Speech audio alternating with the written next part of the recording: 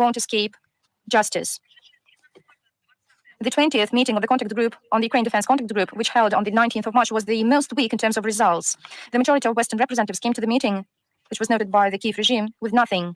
Only Germany and the Netherlands were ready to supply arms and military equipment to 500 million euros and 350 million euros relevant. Kyiv, which got used to this influx of aid, was irritated. On the 21st of March, Mr. Zelensky called the level of this artillery received by Ukraine from its allies as a humiliation for Europe. Likewise, by the Vice Premier, Madame Stefanishina, who on the 22nd of March claimed that in January and February she received only 2% of the all planned funds needed for the state's survival. And as for the military aid, which was planned to be delivered almost within 1 year by more than 50 countries of the world, Ukraine had not received at all. I think that more countries and more political actors are coming to an understanding whom they fund. They fund terrorists. And I understand that this is highly unlikely that whether it influenced the global revision of policy in the West. But we talked about this before March 2024 on many occasions, when we cited many facts which prove the terrorist activities of the Kyiv regime, so that only those who did not want to mention them and to see them left them without any attention. The Zelensky regime won't survive for long without the Western help against the backdrop of discussions in Europe about sending army to Ukraine. And Kyiv started to prepare for the meeting with the foreign invaders, and that's how they see this business project.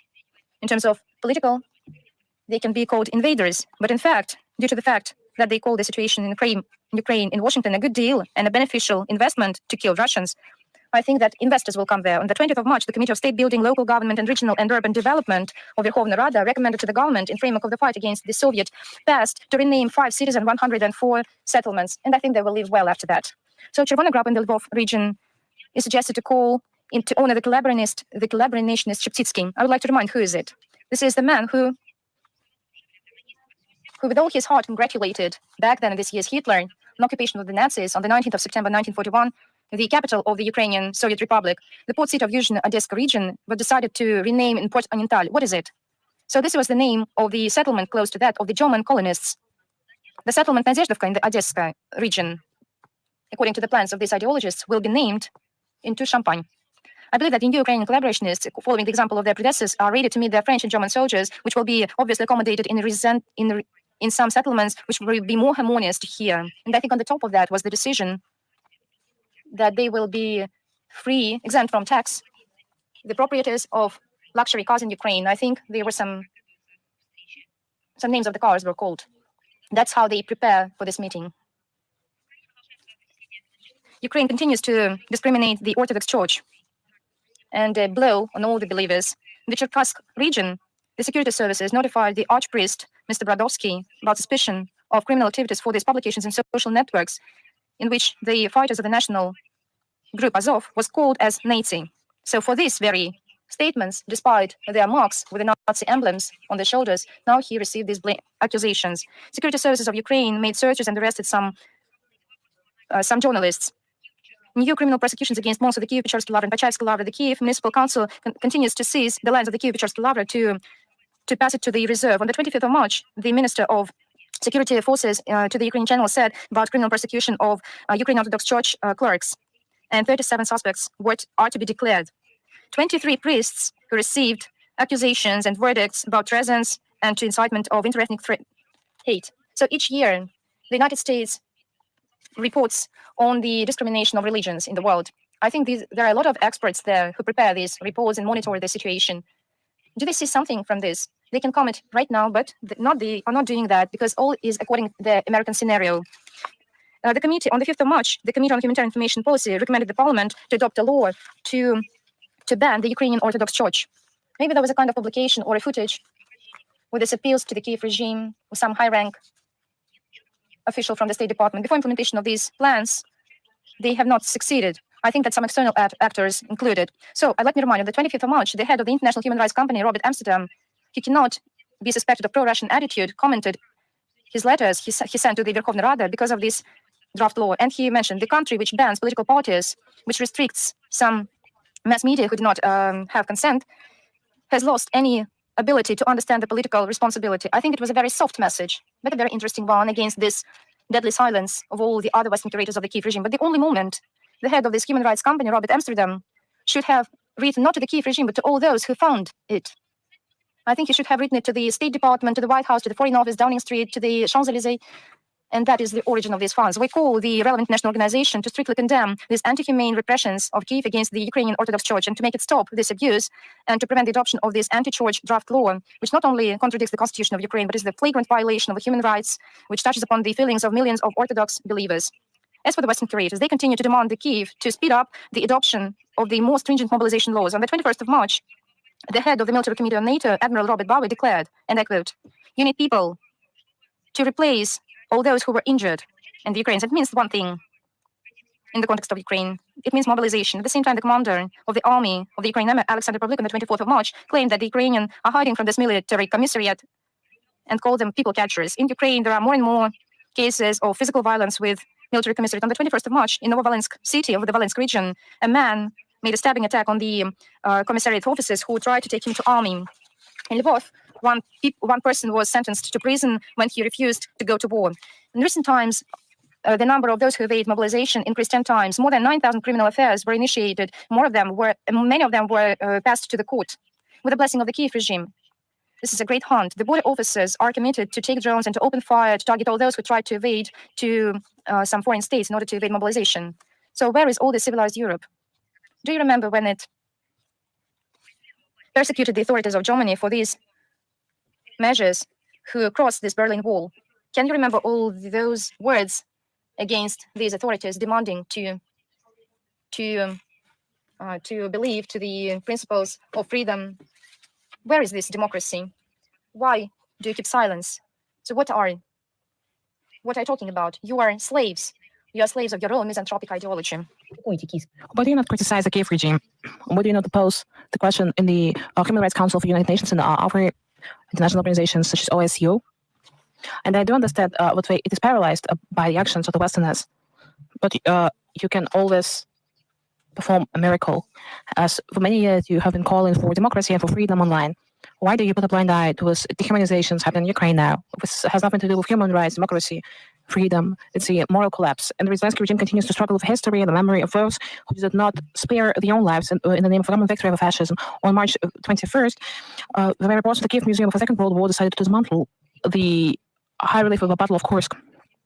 In the view of local Goliaths of culture, it is, quote unquote, a symbol of Bolshevik propaganda and monumental art, quote unquote. So that's why we decided to dismantle it. The Battle of Kursk. Just fancy that. In reality, modern bandits are terribly afraid of any reminder of the collapse of the ideological idols of the Third Reich and of inevitable fate to the waste them. So that is why we are so fiercely fighting with the memory, their own memory, with monuments to Soviet soldiers. That's why we desecrate the mass graves. So we pass from explaining the ideology to putting down the rest. But human memory is beyond their control. I will have to break this to them. People remember who saved humanity from the brown plague and who mercilessly killed hundreds of thousands of innocent women, old people, children, destroyed peaceful towns and villages, and sowed terror, cows, who sowed hunger. And those facts confirm the relevance of task of special military operation to identify and demilitarize Ukraine and eliminate race coming from its territory. And this will definitely be fulfilled. And now, for the situation in Moldova, the Moldovan leadership continues to voice as standard accusations made of Russia of a hybrid war and undermining the European way of Republic of Moldova, as the regime says. And they explain it by the fact that Russian regions allegedly see the European integration success of Chisinau. And as we see, they are impressed by the free and democratic Moldova start doubting the imperial mode of development of Russia. So that is why, respectively, the task of Moscow is in the logic of Chisinau leadership is to run Moldova off the European road by all means. I do think that we have received several mail which was addressed to Zelensky, and they're using it now, because what kind of thing are we talking about? And it makes me wonder what the Moldovans think about this. According to a recent poll, nearly 60% of Moldovan citizens think that the situation in their country is going the wrong way. 62% do not agree with the fact that the natives of Romania hold public office positions, and more than 60% are convinced that the actions of authorities on reforming judicial branch did not lead to fighting corruptions and are only aimed at getting control over judicial and legislative. More than 70% of the citizens describe the situation under the Sandu regime as rollback or stagnation, and nearly 60% think that Maya Sandu lives off implicit incomes and does not deserve to be re-elected. I think these numbers speak for themselves and of the evidence how the leadership of Moldova has distanced itself from the interests of young citizens and against the falling public support bear in mind the fact that the presidentials are going to be held in autumn, they do not find support in their own electorate, in their own citizens. They look for it abroad, and they might be right and do so because it looks like it's for money from abroad that they're going to be re-elected on March 21st. The Moldovan parliament has adopted the draft law of voting by mail ballot in pilot regime in the first reading. The thing is that it is only possible for those Moldovan citizens who live in the US and in Canada, in the Moldovan diaspora of many thousands, which lives in Russia, and those people live in more than 20 federal entities of our country will be stripped of such an opportunity. And this is just a one-off of those offensive discrimination of Moldovan citizens by their own authorities. On February 26th, the Minister of Culture of Moldova decided not to include our country on the list of countries which we're going to plan for March shore celebrations, for national festivities celebrating the arrival of spring, but fortunately we failed. And last week, Russian Moldovans held a March Show 2024, which was a festival which included people from more than 10 regions of Russia. Was an exhibition of costumes, sampling of traditional dishes, Moldovan performance performed, and so on. So what does they say? It confirms what Russian citizens see not the European integration successes of Sandu regime, the way they put it. I must admit that this success goes unnoticed in Moldova. We are going to comment on everything what is happening because the Sandu regime is using such words as Russian as diminishing words. They are doing so to breed hatred for our country among Moldovans who have never in their lives, never in the modern history, expressed anything but their willingness to be friends with Russia and to continue and develop their relations with representatives of our multi-confessional country. And that's what we're going to bear in mind. And we are going to retaliate with Sandu lies. And I would like to say another thing.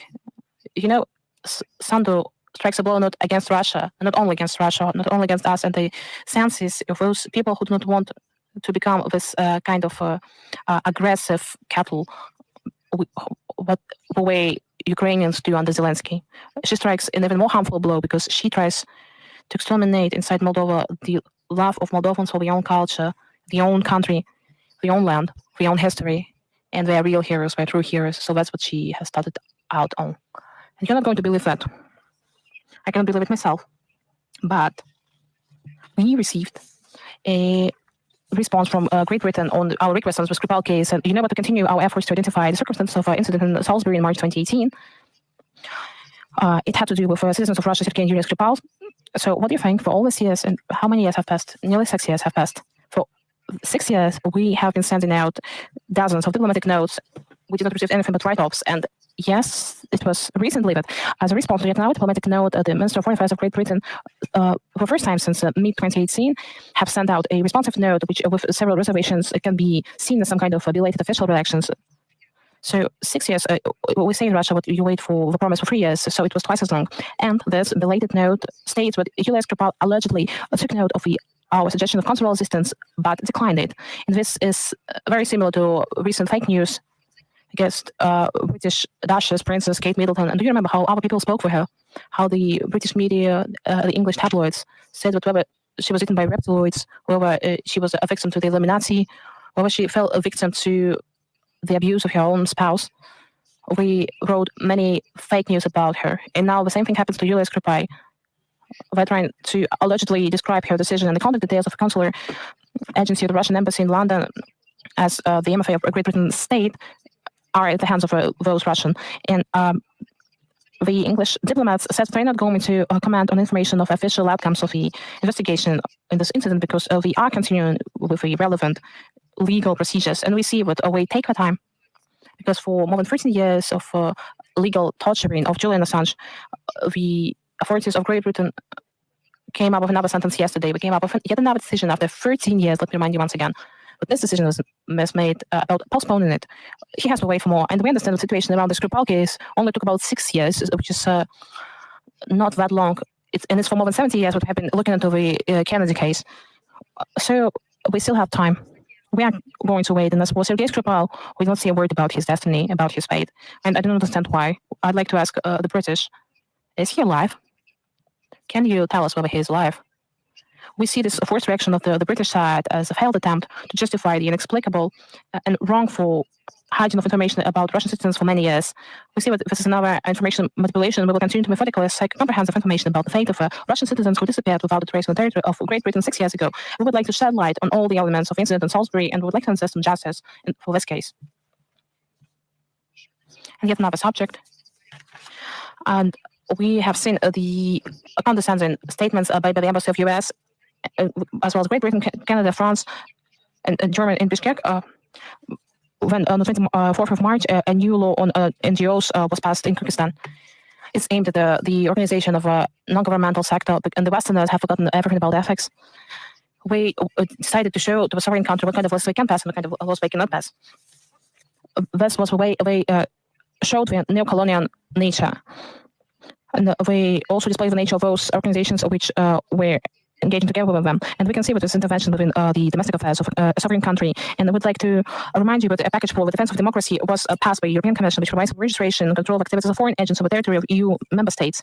In particular, for those countries who are not part of Josep Borrell's quote-unquote foreign garden, quote-unquote, democratic accountability and registration of the transparency register is envisaged.